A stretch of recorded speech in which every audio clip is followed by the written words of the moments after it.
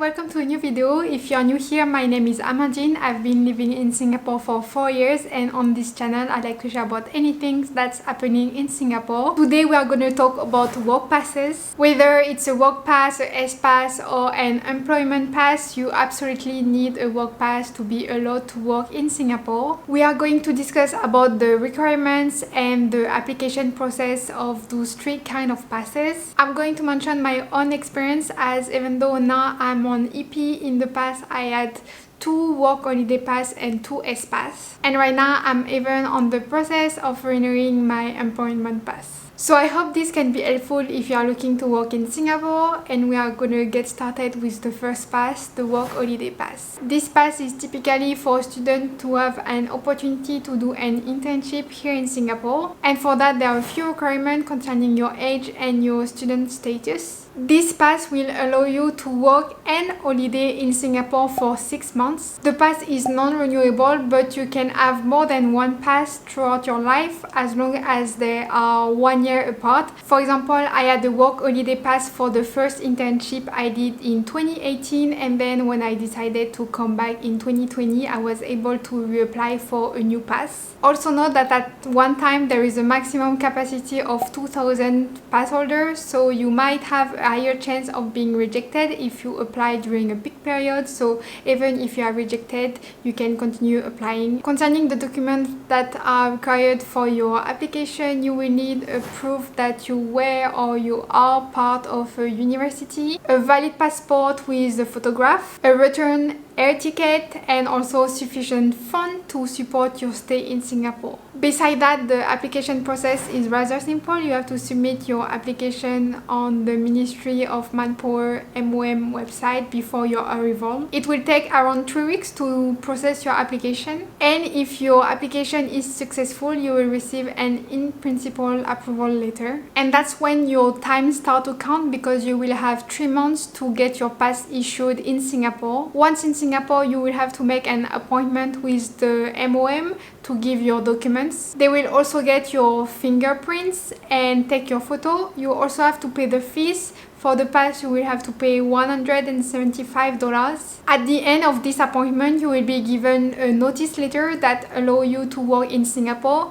This letter is valid for 1 month, and it's just a paper to replace your card until you have it. But usually you will receive it really fast, within 1 week for sure. You can choose to deliver it at your workplace or your residential address. And then you are all set for your 6-month stay in Singapore, at the end of which you will have to make another appointment with the MOM to cancel your work pass. The cancellation is immediate. You won't be able to work in Singapore after that, so you have to arrange the timeline nicely. As you surrender your card, you will be given a short-term visit pass valid for 30 days to arrange your last details in Singapore. I also want to answer some frequently asked questions about work holiday pass. So the first one, what if right now I'm 25 but I will soon turn 26? For that, the answer is simple. As long as you apply before you are 26, you are eligible for work holiday pass.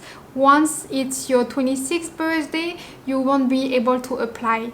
So as long as you apply before your 26th birthday, you can get a work holiday pass. So even if you are 26 when, let's say, the card is issued to you, this pass will still be valid. Should I apply for work holiday pass before or after finding an internship? My suggestion is that you apply after you have found an internship, because you can run into the issue where you have the IPA letter, you have 3 months to get your pass issued, but you are unable to find an internship. By applying after, you can still be flexible with your date. What if I want to stay shorter or longer? So a work holiday pass is valid for 6 months. If you want to stay for a shorter period of time in Singapore, you will just have to cancel your pass. If you want to stay in Singapore for longer, you won't be able to work, as the work holiday pass allows you to work only for 6 months. But once this pass expires, you will be given a short-term visit pass that will still allow you to holiday in Singapore. You can choose to holiday first in Singapore before getting your pass delivered, and in this case the work holiday pass period will only start when you get the appointment with the mom and they give you the notice letter. Is there a fixed salary or minimum salary requirement for work holiday pass? No. It depends on what the company is willing to give you. I suggest to get at least 1.5k considering the cost of living in Singapore. And last question, is work holiday pass only for internship? The answer is no. Work holiday pass allow you to holiday and work in Singapore. You can do any kind of work that doesn't require any other legal authorization. Now let's talk about S-Pass. It's the first kind of work pass that I got when I started to work full-time in Singapore, and yeah, it's kind of a bad reputation among expats, so I want to clarify some points. In the definition, S-Pass is intended for mid-skilled foreign workers. To be eligible for S-Pass, you must meet certain criteria, including a minimum fixed monthly salary, educational qualifications, and relevant work experience. Currently, the minimum salary requirement is 3,000 per month, but it's planned for it to increase in the future, so keep yourself updated on that.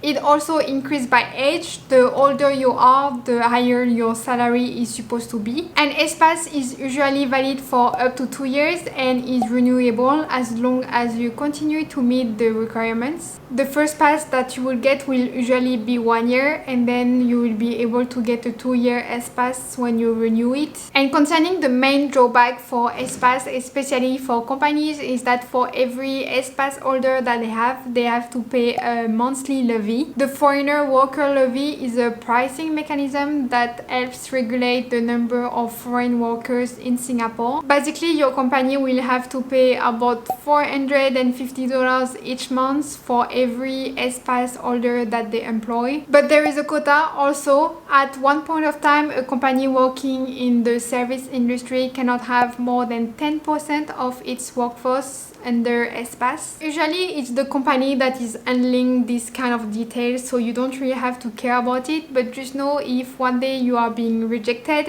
it might just be because the company just cannot afford to sponsor your visa. And then we have the graph for every expat working in Singapore, the EP employment pass. In the definition, EP is designed for foreign professional, manager, executive, specialist working in Singapore, so higher skilled workers. It comes with higher requirements in terms of education, work experience, and minimum salary. Currently, the minimum monthly salary is 5,000. That's why it's usually harder to get, especially for young graduates. I started my first full-time job in Singapore at 4.2k per month. So you see, I was really under the EP requirement. Just don't shy away from S-Pass if your goal is to work in Singapore and you cannot qualify directly for an EP. The EP are usually valid for up to 2 or 3 years and can also be renewed as long as you continue to meet the requirements. And the same way as the S-Pass, the first one that you will be issued will be usually for 1 year only, and then as you renew it, you will be able to get 2 years or 3 years.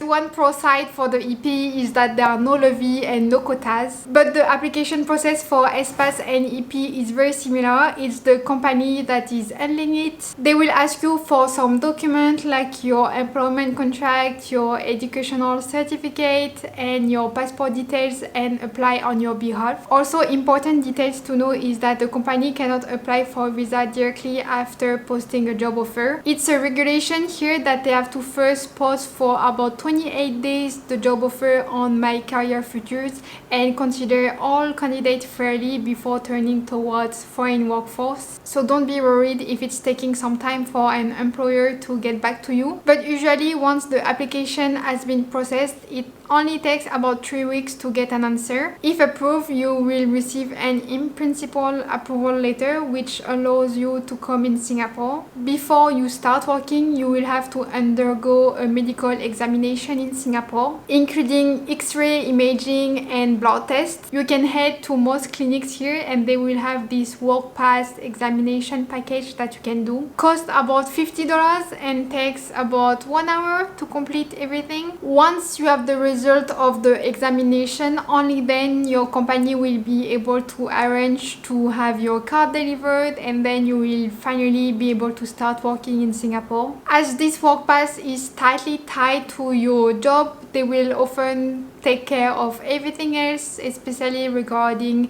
renewal and cancellation, so it's rather easy for you. I will also try here to answer some frequently asked questions. The first one being, what's the difference between EP and S-Pass? They both come with different eligibility criteria, minimum salary requirement, experience requirement, but for you on a day-to-day basis there is no difference holding an S-Pass or an EP. If a company hire me with EP, can they terminate me in between? And if they do, can I find another job with the same EP? So yes, a company can lay you off at any time, no matter what's the duration of your work pass. And an EP being attached to the company that got it delivered for you, you can't use it for another company, another job. Usually you will see the details of the cancellation with the current company, and the new company will be able to apply for a new pass for you. Knowing that you had an EP delivered before, it's usually a good sign. It means that for the new company, if they are hiring you under more or less the same requirement,